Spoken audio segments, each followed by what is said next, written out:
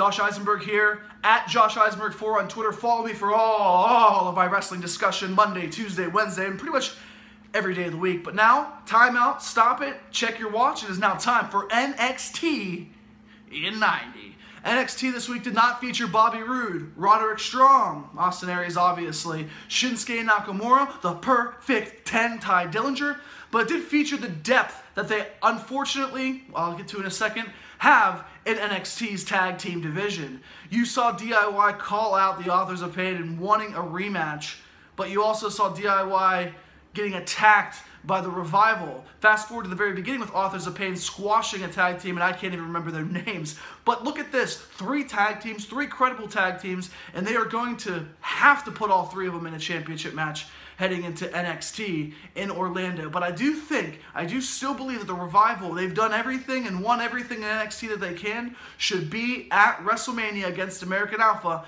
but I realize that pause button's on so you can resurrect the Usos in that heel gimmick that was brought to us 6 months ago. But I gotta be honest with you, Billie Kay and Peyton Royce impressing me. They're getting better, but they're not even close to Asuka's level. A break off for the NXT Women's Champion. You had a tag team match between Billie Kay and Peyton Royce against Liv Morgan and Ember Moon, where the heels picked up the victory. You see those 4 girls? Here's my rankings and level of importance. Ember Moon, Peyton Royce, Billie Kay, Liv Morgan. Flip that around and you might see how the attraction level these women bring to NXT. But it was the main event, the WWE UK Championship, with Tyler Bate and Trent Seven. Yes.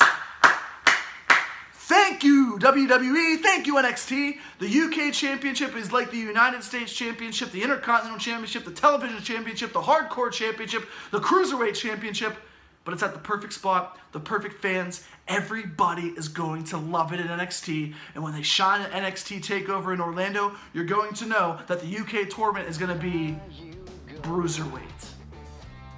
That's right, WZTV here at Point Park University in downtown Pittsburgh. It is Chair Shot Reality. Rennell Hunt joining me, Justin LeBar. There's always so much for you to consume if you're a wrestling fan. We, of course, have CSR all weekend long. WrestleZone, the place for your wrestling news. I have my audio podcast that's now returned every single Wednesday. You can go to iTunes, Stitcher, TuneIn, Google Play Music. All you have to do is search Wrestling Reality. We have WrestleMania coming up. I am currently finalizing our plans right now of where we're going to be WrestleMania weekend. We always do a pre-show. We've had Vince Russo. We've had Matt Stryker. Last year's Matt Hardy. It's always a fun, great time those few hours before you head into the stadium. Who's it going to be this year? Where's it going to be? You have to tune in soon. We'll tell you all about it. Rev, what is going on, man? Listen, man, it's another phenomenal day coming off of, I think, one of the best pay-per-views that we have seen so far. But there are some things that could be tweaked I think we will be talking about soon. But in general, the Rev is satisfied. A couple things didn't go his way in the draft pick, but I'm satisfied. Well, let's talk right now about who do we fix. Yeah. And we came up in production meeting. We came up with a list of guys: Apollo Crews, Dolph Ziggler, Bo Dallas, Mojo Rawley, Kalisto, Rusev. All guys you could make a case that could need some tinkering with to get them back on track creatively. Rev, who are you picking? Who are you fixing, and how are you fixing them? I'm going to pick Apollo Crews, or if people want to say Apollo Creed, whatever you want to call him, I'm going to pick him. LeBar, this is the same thing I'm going to say. I've said this from the jump since he's come on. I've said this every single time that we talked about him on CSR. The thing is with this, I feel like Apollo Crews is a guy that can attack any competition that's in front of him. Have you ever seen a guy of his stature? He has a stature of Ezekiel Jackson, but the athleticism of, what Rey Mysterio, you want to do Paula?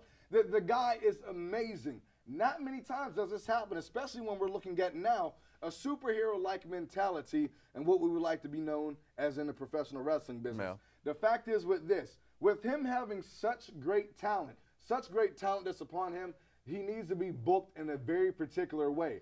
I'm still looking for Apollo Crews to have a singles match, a good, not only a singles match, but a good single storyline. We see some great things happening, but we can focus a little bit. I mean, matches are really the issue. You know, if you watched Apollo Crews when he was Wuhan Nation on the indie scene, I mean, the guy's athletic. He can do everything in the ring. But it really comes down to nobody cares. And that was the problem here with the Dolph Ziggler versus Apollo Crews versus Kalisto 2-on-1 match, is that there hasn't been a lot of reason to care about Crews or Kalisto, so therefore you're not really making a big deal about Ziggler bullying them.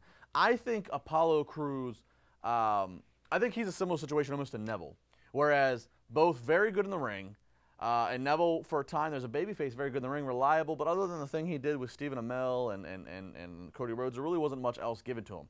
Neville has an injury, unfortunately, but that time away allowed people to miss him, forget about him, and then they reset, came back. Heel turn out of nowhere. Now Neville's doing some of the best stuff over in the Cruiserweight division. I think Apollo Crews almost needs some kind of reset. Maybe even and I don't think of it as a demotion, but maybe even back to NXT. And I say back to NXT, but look, NXT is basically a third brand. So listen, it worked for Bray Wyatt.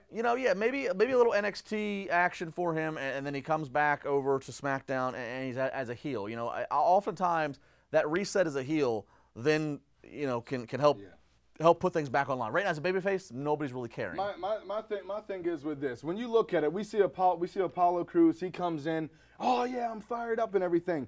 Very few people does it work till you have that green light character that comes out and they're fired up. I look at it like this, LeBar. You don't want a wrestler that appears to be green and he's excited. You don't want a wrestler that comes in the ring and like job and he's yellow. What fans are looking for is not just a green and yellow wrestler. They're looking for a guy that's smooth like water and his blood is running red like fire. That's what we need. We need that in this life. If he can change it just like I changed that green and yellow to red and blue, if you can switch it, NXT can switch it, someone can switch it, I feel like we have gold in it. That's how it's going to get fixed. I don't know who you want to fix, but that's who the Rev's going to fix. And when it happens, best believe it's going to be magical. Trust me.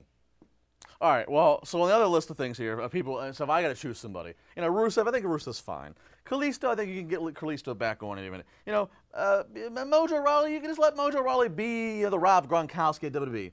I'm going to go with Bo Dallas. Now, I'm going to tell you something. I'm going to admit something. I'm going to open up right now. You're not believing in Bo right now. I'm just not believing in Bo. Look, for a long time, Bo Dallas, they've stopped and started with him, and people kept saying the same thing that annoyed me. Just let him go be with his brother. Let him go be part of the Wyatt family. And I'd always get so mad at that. I'm like, look, not everybody knows. Not some of the fans out there aren't as smart as you. They don't know that Bo Dallas is an actual member of, is an actual real-life brother of Bray Wyatt. But at this point, I see no harm, no foul, because Luke Harper's not in the Wyatt family no more, because Randy Orton probably soon not to be anymore. Why not? Let Bo grow the beard out. People will, that vocal crowd that does know about it will pop.